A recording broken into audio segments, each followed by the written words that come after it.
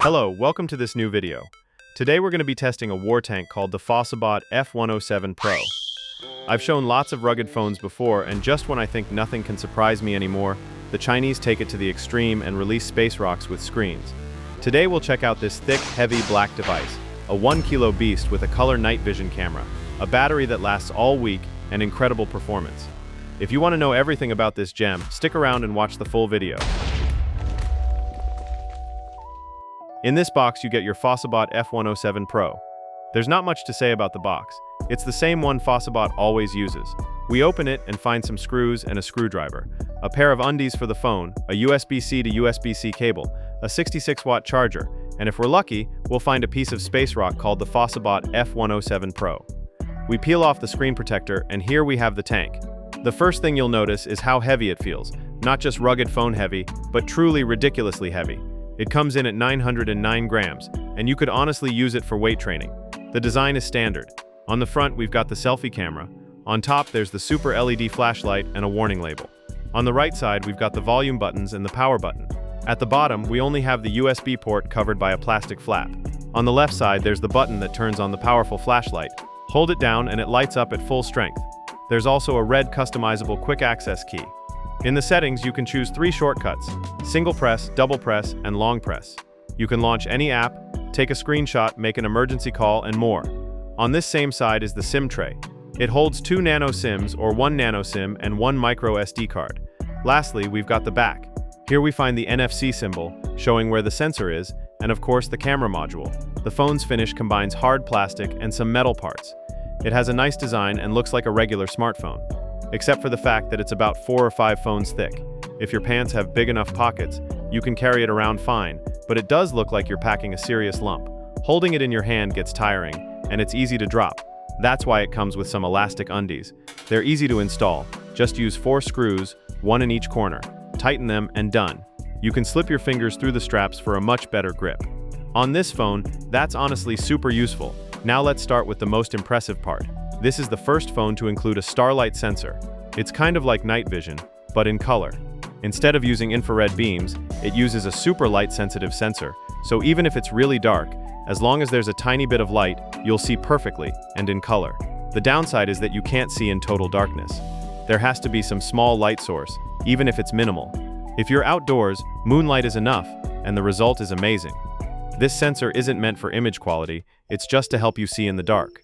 Considering this phone is designed for camping and outdoor use, it's perfect for those pitch-black nights when you need to see your surroundings. The photos I'm about to show you might look like they were taken during the day or with good lighting, but nope, everything was actually super dark. Also, if your goal is to go camping in the dark, you can use its powerful flashlight. I'd say this flashlight is comparable to a motorcycle headlight. It has incredible brightness and a range of about 50 meters, very useful if you're Batman and always roaming in the dark. As for the other cameras, we have a main sensor of 200 megapixels, 50 megapixels for the ultra-wide, and 32 megapixels for the front-facing camera. Any of the cameras get the job done, but the photos do look a bit washed out, and the colors are a bit off. You can record video in 4K, but only at 30 frames per second, and for some reason the 4K recording was a bit choppy. Definitely, cameras are not its strong suit.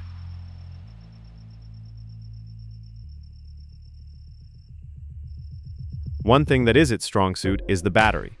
If you were wondering why it's so thick and heavy, it's because it packs 28,000 milliamp hours. Regular phones have between 4 and 6,000, but this Fossibot went all in. I did 2 performance tests. First, I turned on the powerful flashlight and watched a Netflix video for 10 minutes. That's something you might do while camping. It started at 70% and ended at 69%, meaning it used up about 1%, but I'm not totally sure since I don't know how close to 69 it was before starting the test. I then did a second test, this time only using Netflix. I started at 69% and watched for 10 minutes. After 10 minutes, it was still at 69%, meaning it used less than 1%. That's an insane amount of battery. Obviously, it could easily last up to 7 days with fairly heavy use.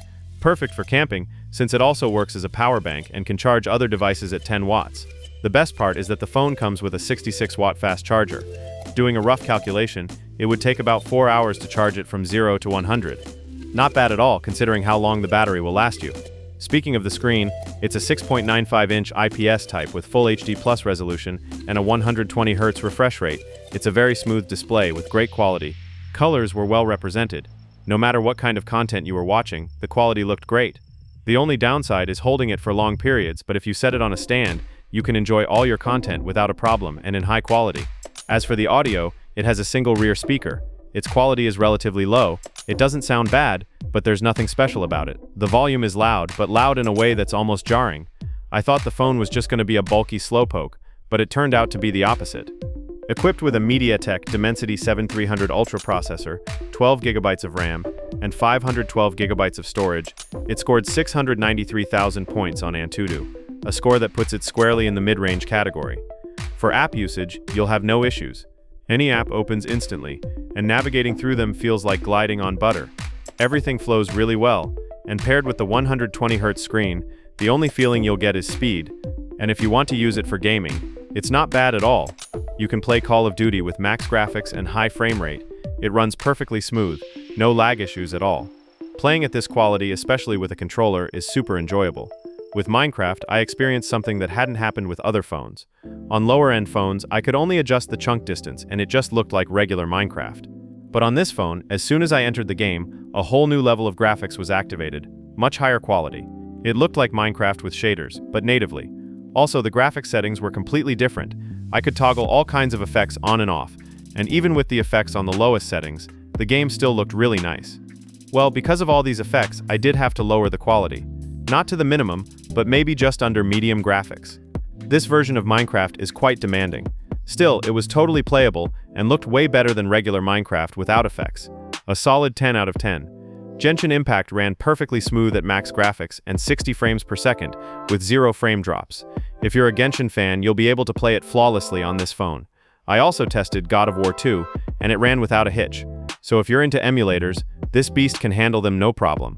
Even though it's not the most comfortable phone for gaming, unless you use a controller, these tests prove that it's not a slow, clunky device. It's a fast, powerful one. As for the system, one thing I like about Fossibot is that it comes completely clean. It's Android 15 with no bloatware. That's a big plus. Just a couple of extra options, like glove mode. If you've used your phone with gloves, you'll know touch usually doesn't work. But here, when you activate glove mode, it works perfectly. In terms of connectivity, it has everything you need. High-speed Wi-Fi 5, it maxed out both download and upload on my network. Bluetooth, NFC for card payments, GPS and 5G mobile network support. For unlocking, you get a fingerprint reader that's practically instant. No issues at all, and thanks to its performance, Face Unlock works great too. In conclusion, it's a phone with great features, but not for everyone since it's extremely heavy. Definitely not a daily use phone unless you're a bit crazy or super strong to carry around a whole kilo all day. I think it's a phone suited for camping, but maybe someone will find a different use for it. As I always say, in the end, you have the final word. Tell me what you think this phone is good for and whether you'd buy it. I'll leave the link in the description. That's all from me. Over and out.